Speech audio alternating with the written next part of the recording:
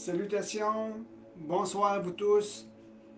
Je vais prendre quelques instants avec vous pour essayer de compléter le mini-dialogue sur les grâces. Pour moi, comprendre les grâces, c'est important. C'est important parce que nous retrouvons, comme je l'ai déjà dit, une source de toute grâce en Jésus-Christ. Je vais essayer de trouver un texte qui n'est pas prévu dans mes notes, mais c'est dans Tite, si je me rappelle bien.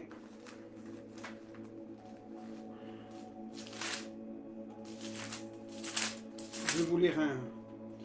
Dans l'épître de Paul à Tite, au chapitre 2 et au verset 11, nous décrit la manifestation de la grâce de Dieu.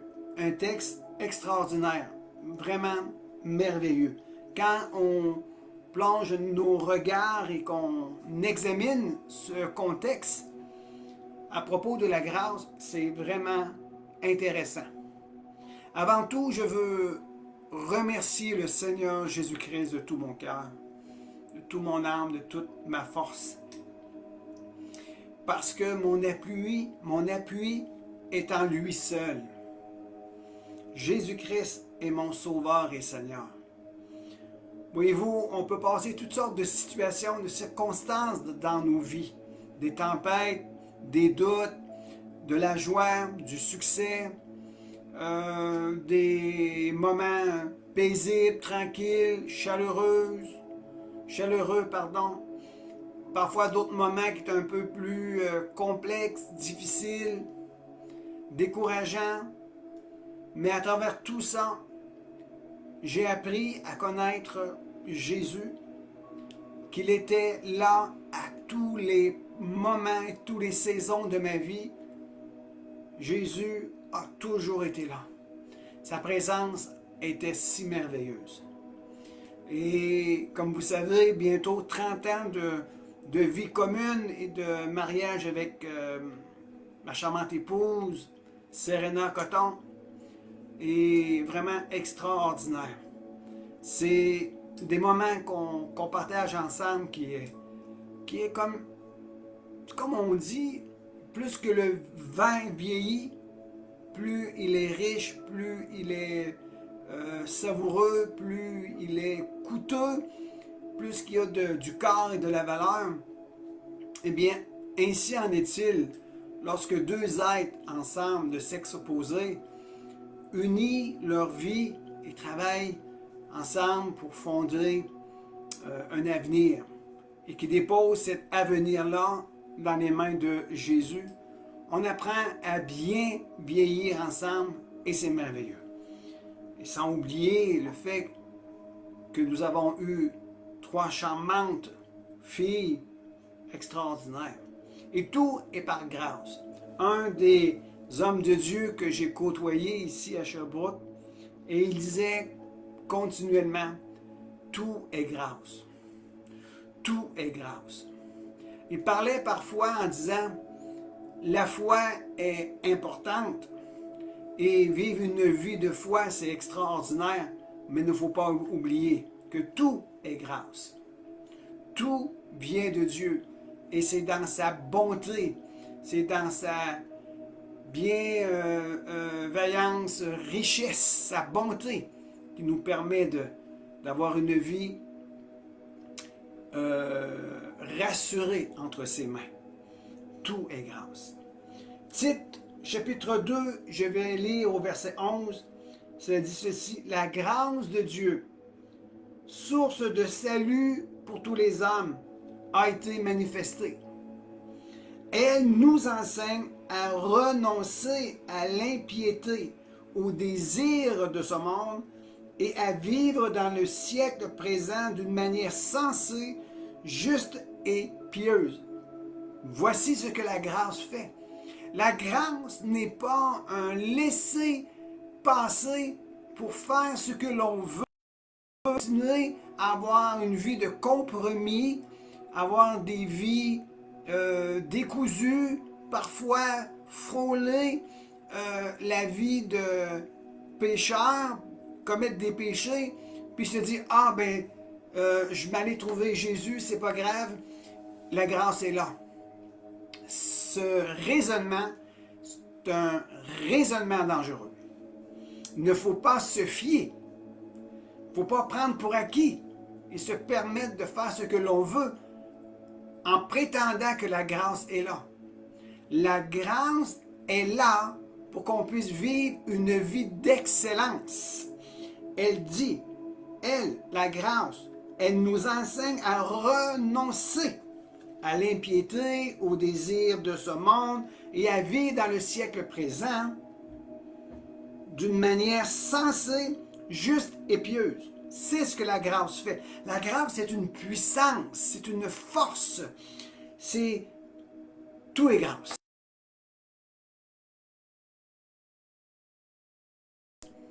Je continue ici en disant, en attendant la bienveilleuse expérience et la manifestation de la gloire de notre grand Dieu et Sauveur, le Christ Jésus. Il s'est donné lui-même pour nous, afin de nous racheter de toute iniquité et de se faire un peuple qui lui appartient, purifié par lui et zélé pour les œuvres bonnes. Je termine avec le verset 15 qui termine le chapitre. Ainsi donc, ainsi dois-tu parler, exhorter et reprendre avec une pleine autorité, que personne ne te méprise. La grâce est vraiment extraordinaire. Alors, si je veux terminer ce mini-dialogue sur les grâces, j'avais parlé qu'il y avait la grâce commune qui était disponible à tous pour apporter une révélation qu'il y a un Créateur. La grâce rédemptrice, elle est offerte. C'est une grâce, elle est offerte à tous. Et elle est seulement activée par la foi pour prendre possession en mettant de côté notre ancienne vie de péché et nous promenant sur la vie qui nous est proposée en Christ Jésus, une vie de sainteté et de piété. La grâce rédemptrice, elle nous sauve, elle nous lave, elle nous purifie, elle nous sanctifie, elle nous fait rentrer dans un processus de transformation. Maintenant, ce soir, je vais vous parler sur la grâce spécifique. Mais avant tout, la grâce commune nous parle d'un Créateur. La grâce rédemptrice parle avant tout d'un Sauveur et d'un Dieu d'amour et de transformation. Et la grâce spécifique, nous pouvons donner quelques synonymes ici. La grâce caractéristique, la grâce caractéristique, la grâce significative, la grâce qui te distingue. On pourrait dire ceci, c'est à partir de cette grâce, la grâce spécifique, qui te personnalise selon ce que Dieu veut de toi. Alors, Jésus a dit, « L'Esprit du Seigneur est sur moi parce qu'il m'a oint pour. » Et on va aller le lire ici. C'est Luc 4. Ça dit, « L'Esprit du Seigneur est sur moi parce qu'il m'a oint pour guérir ceux qui ont le cœur brisé, pour annoncer la bonne nouvelle aux pauvres. Il m'a envoyé pour proclamer aux captifs la délivrance et aux aveugles le recouvrement de la vue, pour envoyer libres les opprimés, pour proclamer une année de grâce du Seigneur. » Il y avait une grâce surabondante, sans mesure sur la vie de Jésus, qui lui permettait de faire des choses spécifiques. Alors, c'est la grâce qui nous permet d'être utilisés, d'être équipés. Du moins, c'est cette grâce qui nous permet de recevoir pour accomplir notre destinée, notre appel, et d'être qui nous sommes appelés à être en lui. Je veux vous dire ceci. Ce que je viens de vous dire, il peut avoir des argumentations. Et il n'y a pas de problème avec cela. Je n'ai pas de problème avec des argumentations lorsque j'amène quelque chose. Mais parfois, il faut juste suivre jusqu'au bout. Quand je dis que c'est la grâce qui nous permet d'être utilisés par le Seigneur en vue de faire quelque chose de particulier. Je m'explique. Romains 12, verset 3, l'apôtre Paul dira ceci. Par la grâce qui m'a été donnée, je dis à chacun de vous de n'avoir pas de lui-même une trop haute opinion, mais de revêtir des sentiments modestes selon la mesure de foi que Dieu a départie à chacun. L'apôtre Paul dit, c'est la grâce qui m'a été donnée, j'ai une grâce spécifique pour vous dire quelque chose, pour vous enseigner. Ici, dans un autre contexte, il dit Paul, appelé à être apôtre de Jésus-Christ par la volonté de Dieu. Voyez-vous ici, l'apôtre Paul a été choisi, appointé pour être un apôtre. Il aurait pu être un pasteur, il aurait pu être un homme d'affaires, ouais, mais la grâce spécifique sur sa vie, c'est d'être un apôtre. Je continue ici. Par la grâce de Dieu, je suis ce que je suis, et sa grâce envers moi n'a pas été vaine, loin de là. J'ai travaillé plus que eux tous, non pas moi toutefois, mais la grâce de Dieu qui est avec moi. La grâce spécifique te permet de travailler comme un co-ouvrier avec Christ dans l'œuvre. La grâce de la rédemption, c'est Christ qui a travaillé, lui seul, pour te donner cette grâce rédemptrice. La grâce spécifique maintenant, elle te permet de travailler à partir de la grâce de la rédemption que tu as expérimentée et maintenant tu as reçu une grâce. Et je vais aller un peu plus loin pour vous expliquer certaines choses. Éphésiens 3, versets 7 et 8 nous dit « Donc j'ai été ministre selon le don de la grâce de Dieu, qui m'a été accordé par l'efficacité de sa puissance. » L'apôtre Paul dit « C'est selon le don de la grâce de Dieu qui m'a été accordé que je suis apôtre. » Et ici, lorsqu'on parle de la grâce spécifique, c'est que Dieu donne à chacun de ses enfants une opportunité de le servir, d'être utilisé pour le bien communautaire. À un peut être donné le don d'être un ministre de l'Évangile au niveau des 5 ministères. C'est cette grâce que tu as reçue. Pour un, Dieu fait de toi un homme d'affaires prospère qui, à travers ta prospérité, il t'utilise pour ouvrir des centres, aller ouvrir et créer des puits dans tel et tel lieu sur la planète. Tu peux recevoir un don de guérison pour venir appuyer ton ministère.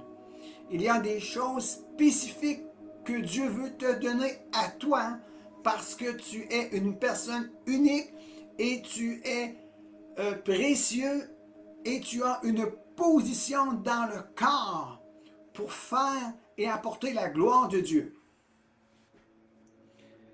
Alors, je peux rajouter ceci.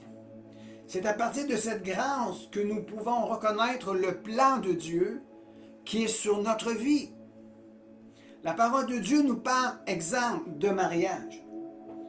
Mais elle ne nous dit pas avec qui se marier. La parole de Dieu dit que tout homme doit travailler, mais elle ne nous dit pas où nous devons travailler ni dans quel domaine spécifique.